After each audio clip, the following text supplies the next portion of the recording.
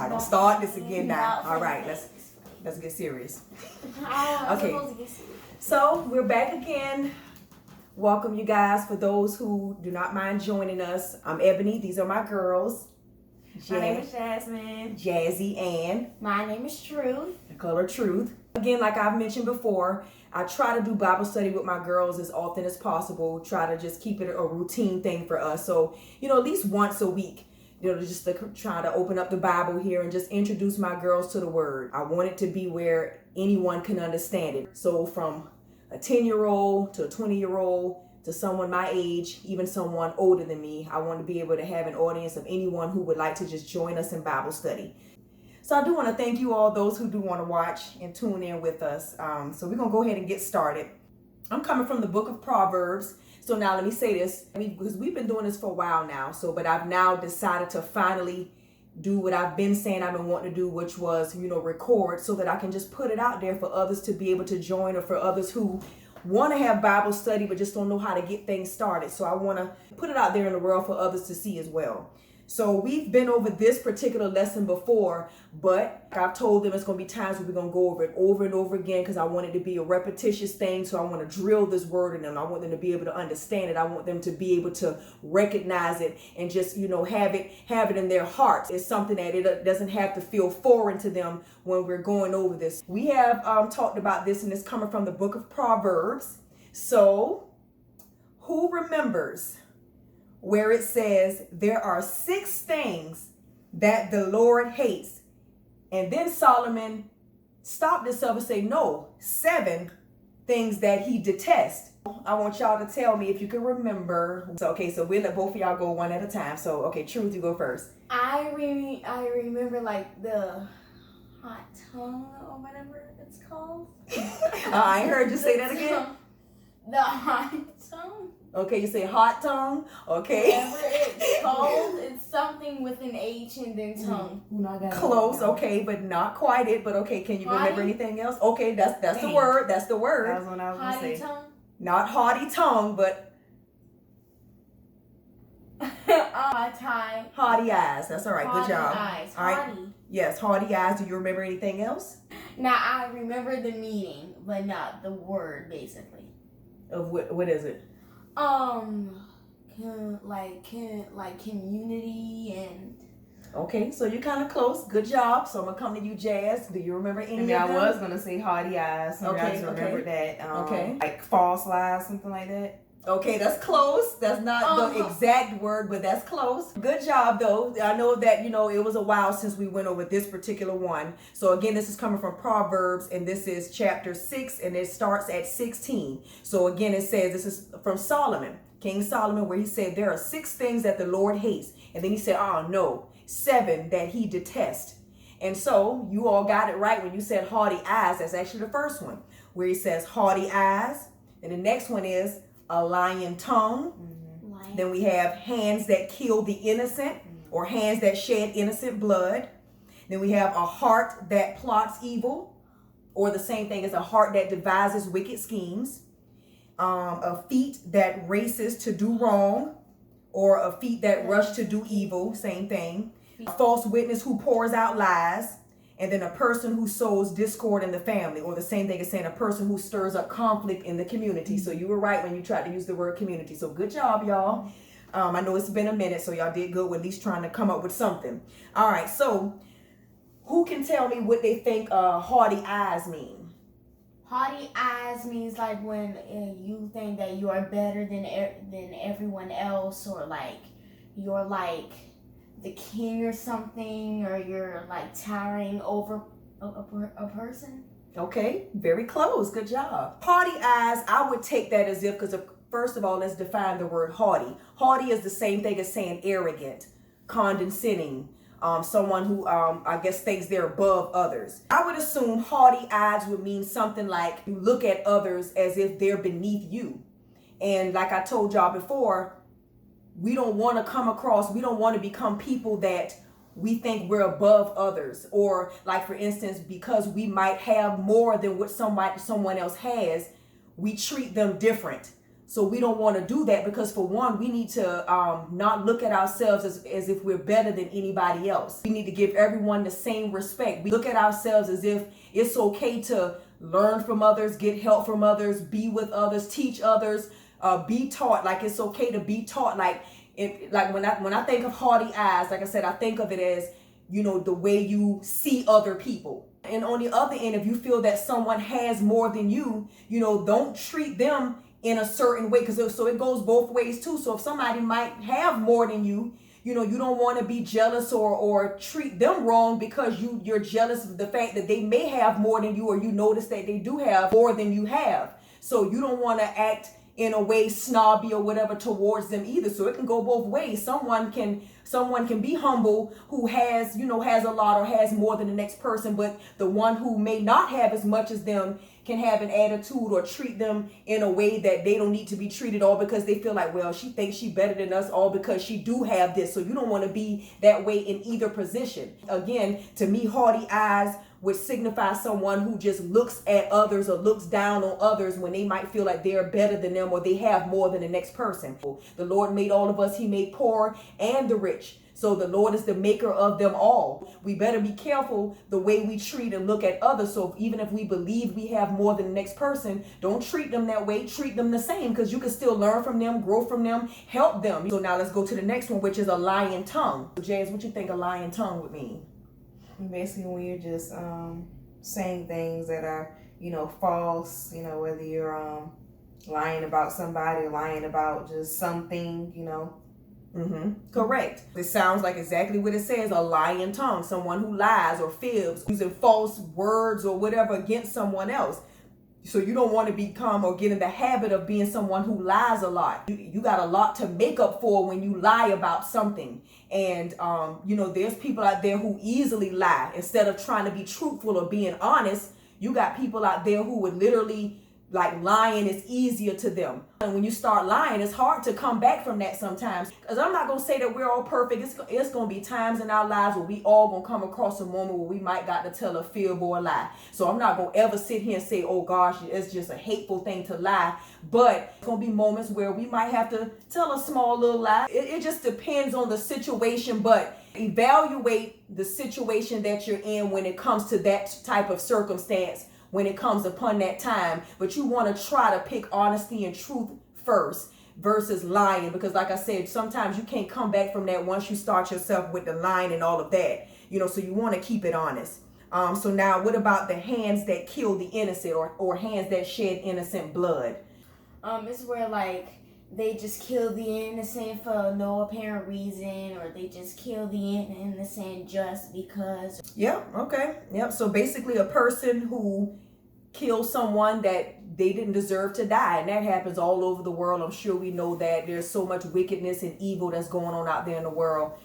People are taking lives just foolishly. Again, that's one of those situations where you can judge, honestly about what happened. But when it just comes down to something where it's unjust and someone killing someone for no reason, or they didn't deserve to die because they didn't do nothing that bad for you to take someone's life, and that person can't come back. So you got to really think before you do things. You got to be the one that sit with that. So you got to be real careful about the decisions that you make when it come across times when you're angry or getting into it with someone. It's people out there that are apparently their heart, they're not in the right place in their heart and in their mind. I mean, that comes with a lot of anger and evil, and you're just in a different headspace if you're willing to just kill someone innocent who didn't do anything or didn't deserve it. And what about a heart that plots evil? So Jazz, you want to go for that one? Basically, when someone is like being deceitful and planning to do something that's obviously just, not right, like literally like plotting too, like scheming, like really having it planned out that you're deciding to do something that's wrong. So you have a heart that plots evil, or a heart that devises wicked schemes. Yes, just like you said, you got people out there that are planning to do things that they know are wrong, strategizing. People who decide to rob a bank, that's an example. It's wrong. Sometimes people may have a reason that's justifiable for why they might do certain things, but at the end of the day, it's still wrong. So you decide to rob a bank, or you might decide to go steal from someone, and you actually planned it. You sat down and thought it out. Anything that can just cause harm on somebody else, and you deliberately planned it and knew you were going to do it, that energy, the negative energy to say, you know what, I don't care how it turns out, that means you willing for yourself to go down, because that means you know what you're getting yourself into. So that means you willing to go out along with it. Yeah, that means you taking the responsibility of the outcome and the consequence, knowing it could take you out, or something bad can happen to you when you do it. So, we want to be one of those type of people that think before we do things. Like, just take a second thought into any of those things that you know, especially if you know in your heart. Because if you have a heart and you are a child of God, I do believe we do have that conscience. That's what that conscience is called, or that intuition, that something stirs up in us that says this don't feel right. Something about this don't feel right. Whatever it is, just something just tickles in your heart or your spirit or your mind that just tells you like something ain't right. And so whenever you feeling that way about anything, even if someone did pressure y'all, and because I want to tell y'all that, because it's easy to be pressured. That is one thing. Pressure is something else, boy. When other people put peer pressure on you in college, Jazz, you definitely around that type of atmosphere that people can pressure you into doing things you know in your heart you wouldn't do if it was you just by yourself. So you got to know within your heart, when you coming upon them times when somebody is pressuring you or tempting you to do something that you just know in your heart, like, darn, I don't think I should do this. Second guess it, third guess it, and know that if this is something that could possibly cause you to get in trouble or be harmed or cause danger amongst you, let it go, walk away, flee from it. Like, don't be scared to run from situations like that. You know what I'm saying? Because it happens. Same thing with you, Truth, even though you're in elementary. Kids even at a young age are doing things that you just would be surprised that's happening. So you got to know within yourself, Truth, if there's ever a time, especially if me and Jazz are not around, because we can't be around you every single moment of your life. If I have to send you off to school, or you're going somewhere and you're around people and I'm not there. If it's ever a time, like I told you one time before, if it's ever a time where somebody talks you into doing something, or try to persuade you, or say, Truth, oh, you want to let's go such and such, and you know within your heart it just don't feel right, don't be scared to run from it. Don't be scared to go the other way, or tell them, no, I'm not doing that. And if they peer pressure you, the Lord, you talk to God. It's like I told you before. That's that time when you say, Lord, help me through this, because I believe something bad is about to happen. Somebody is pressuring me to do something. Lord, help me through this. And don't be scared to run, because your life means more than anything. You can live to tell what happened. I'm sure some of us, or many of us, I know I've been in situations where, I wasn't the one that started it, but because I got peer pressured along with someone who plotted evil, I'm the one that got caught. You know what I'm saying? So it just goes to show, like, don't be scared to run from situations like that. All right. What about a feet that race to do wrong, or feet that's quick to rush into evil? What you think that is, True? It's like when someone is just ready to go, like, rob a bank or rob a jewelry store, just like ready to do it, even when they don't know what it is or what it means. They are just ready. And it's like, oh, okay, let's do it. Exactly. That means they don't even take a second thought. They just do it. That's what it say. A feet that's quick to race to do wrong. So don't be so quick to get yourself into stuff. Don't be so quick to make decisions just so fast. Think again back to, because it kind of ties with the heart, what I said about a heart that devises wicked schemes. Think first before you doing these things. So don't be so quick to rush into something all because it sounds good or sounds fun. So again, I use your example about you being in college, because this is a time when you're supposed to enjoy yourself and have fun. But this is also a time when you really need to be smart and be aware of the people that you're hanging out with, who you're around, what they're doing. You need to observe your friends, or the ones you call your friends, because you don't know what they're getting themselves into, and because you're around it, of course there's that peer pressure that you don't even know is there because you just see it. You're just around it all the time. So, you got to be aware about everything. So when people are coming to you saying, oh, Jazz, girl, let's go to the party. Ain't nothing wrong with going to a party. But once you get there, you observe the situation. Don't be so quick to want to do things that you shouldn't be doing. Like I said, take a second thought into what y'all are getting into. And I'm not going to say that it still won't happen, because things do happen. I done found myself in situations so many times where I'm just like, oh gosh, I don't even know. Like, it happened so fast.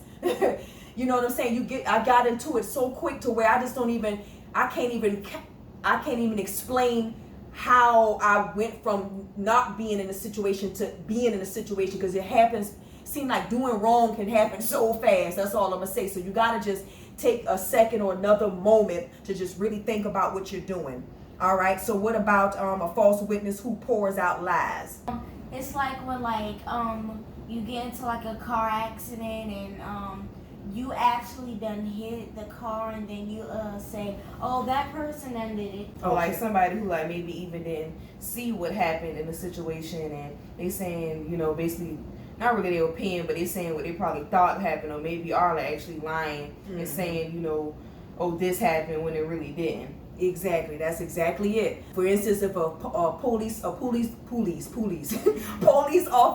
is it police, y'all? Or police? So if a police officer, there you go. If a police officer come to you all, basically you're like a witness, and you saw something that happened, and the police ask you a question, and you decide to be dishonest or say, especially if you deliberately lie and know that that's not what happened. If you say, yeah, he's the one that started the fight, or he's the one that pulled the trigger, shot the gun, but good and well that person didn't do it. That's deliberately pouring out lies. Being a false witness, meaning you witnessed something happen, but you're being dishonest about what actually happened. You wouldn't want somebody to lie on you about something if it's meaning your freedom. You wouldn't want somebody to lie on you, but people are out there doing that. People are, like I said, they just lie. That's the first thing they do is lie. The lies roll off their tongue. But you don't want to be a false witness. So if it ever come a time where somebody comes to you, even like if a teacher say, well, Truth, who was the one that shot that spitball first? The spitball is? Truth, who shot that spitball? And then you deliberately say, Jake did it, and you the one that did it first. That's not right. Tell the truth. Just go ahead and be honest. Now I will say there's gonna be times where we don't want to be involved in a situation where we gotta be a witness to something, where we gotta be the one to testify what happened, because we're afraid or scared that something could happen to us. So I know that many of us may come upon that situation, and you're like, okay, what to do. In that case, you be honest. But if you feel like you don't want to say something, just say, well, I want to be out of that. I don't want to have nothing to do with it. I would rather you do that versus lie. Definitely don't lie about somebody or lie on someone. I'd rather you just be honest and say, I don't want to say anything because I don't want to get involved in this because I'm scared. So I just don't want to be a part of it. And we good for doing that. Folks good for, police come knock on your door and say, ma'am, did you see what happened down the street here? Or I don't know what you're talking about. All right. Now, what about the last one, which is a person who sows discord in the family, or a person who stirs up conflict in the community? Yeah, basically who just find any way to cause problems within the community, whether it is through gossiping or, And do you remember what I said before about saying it don't have to necessarily be the community or family? What could that also mean? And it could be like within your workspace or within just any space or environment. Any environment you in. So even though it says a person who sows discord in the family, or a person who stirs up conflict in the community, we could be talking about your job, at your school, anywhere where you're just in a gathering or just around others. You don't want to be the person who always stirring up conflict in the community. You don't want to be the person that as soon as you walk in the door, they're like, oh Lord, here she come. You just don't want to be that person. You don't have to always be heard all the time or be seen all the time. When you're around people and somebody is experiencing you, you don't want to just be labeled as a person that's always starting something, or even a person that's instigating.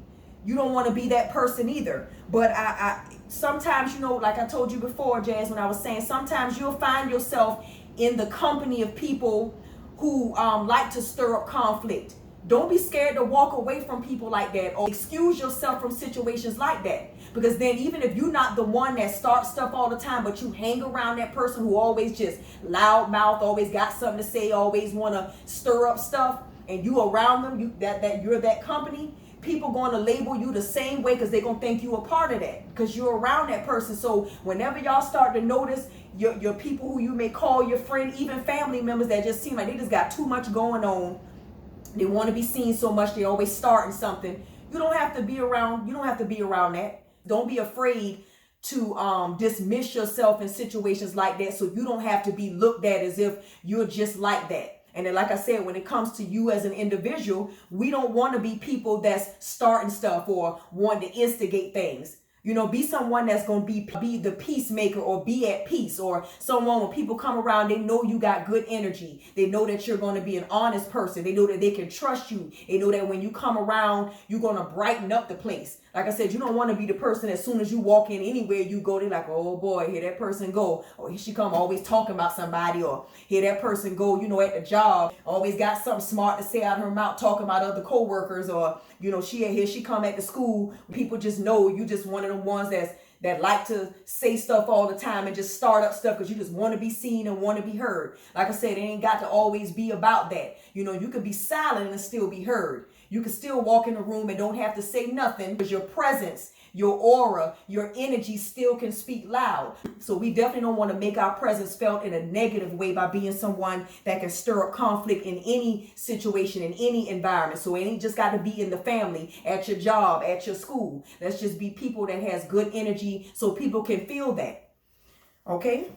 And so really that's about the end of that. I want to thank you all for joining us. We try to do this as often as possible. So, you know, feel free to just stop in with us as we have a Bible study, as I just teach the girls the word, because I want them to know. So whether or not, so if I'm here or if I'm gone, I want my girls to be introduced to the word and know the word for themselves. That I want them to be confident and grow and learn from that. So I want to thank you all again. And girls, I just want to say I love y'all. Love you too. All right. Thank you, Lord, for the reading of the word, that you bless it. In Jesus' name, amen. Amen.